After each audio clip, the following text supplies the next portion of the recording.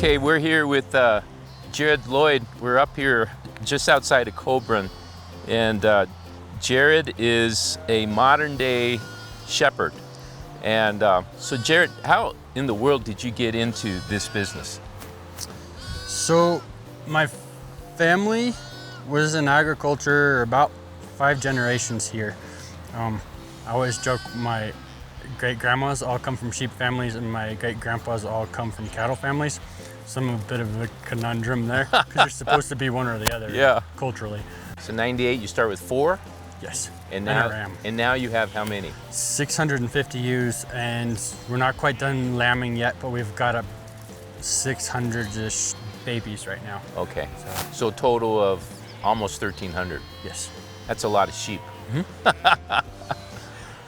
Okay, so Jared, in John 10 that we're covering this week, Jesus talks about only the owner of the sheep can enter through the door, and others that enter through other means are thieves that come to kill, steal, and destroy. Right.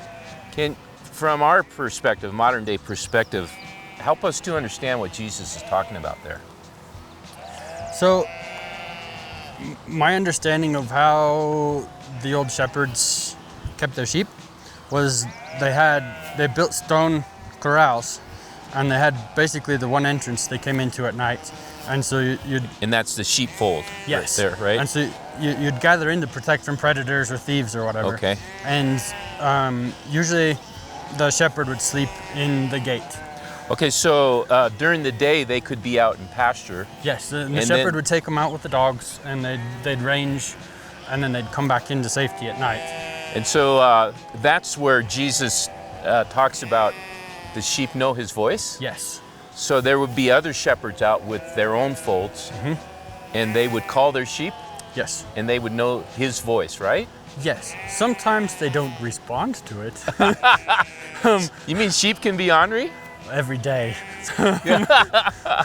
And so the shepherd would call them, put them in the fold at night, and he would lie at the door to keep things from predators or people from coming in and out the door. So that the shepherd actually is protecting the sheep with his own life. Yes. So your sheep, have you named all of them? Lots of them have names. There's probably 200 with names. Okay. And a lot of them I know by their numbers too, or different characteristics, or there's one black ewe that we just call Friendly Black, and then there's another one that's got her number's 1984, so we call her Orwell, and goofy things like that. Well, this goat obviously knows you. Yes, that's Peppermint. Peppermint. Yeah. Okay, so when Jesus talks about the shepherd and the sheep, the relationship, and that the sheep know his voice, is that actually true? Do the sheep really, do they get conditioned to know your voice? Yes. It can be romanticized a little bit, but particularly the leaders. Every flock basically has leaders or groups of leaders, and it's usually kind of like a matriarch of a family.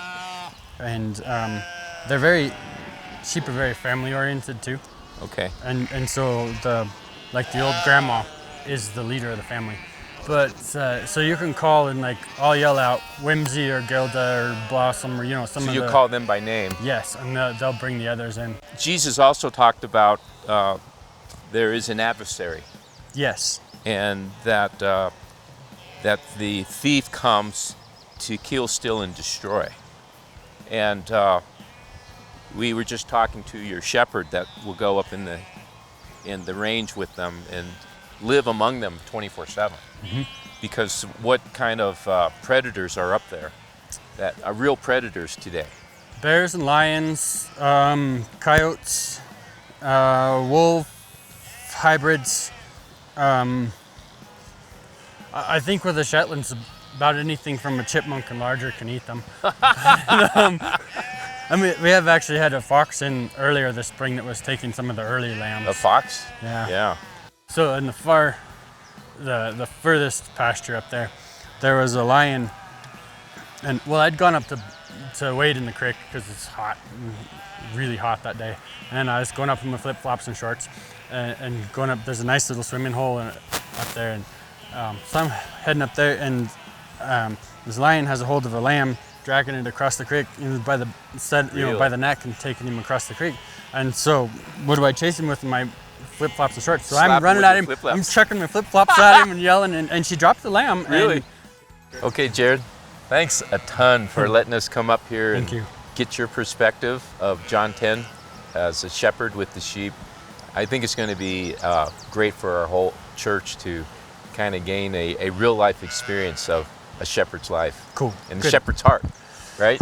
Yep. Okay. God bless you, bro. You too, Kirk. Thanks.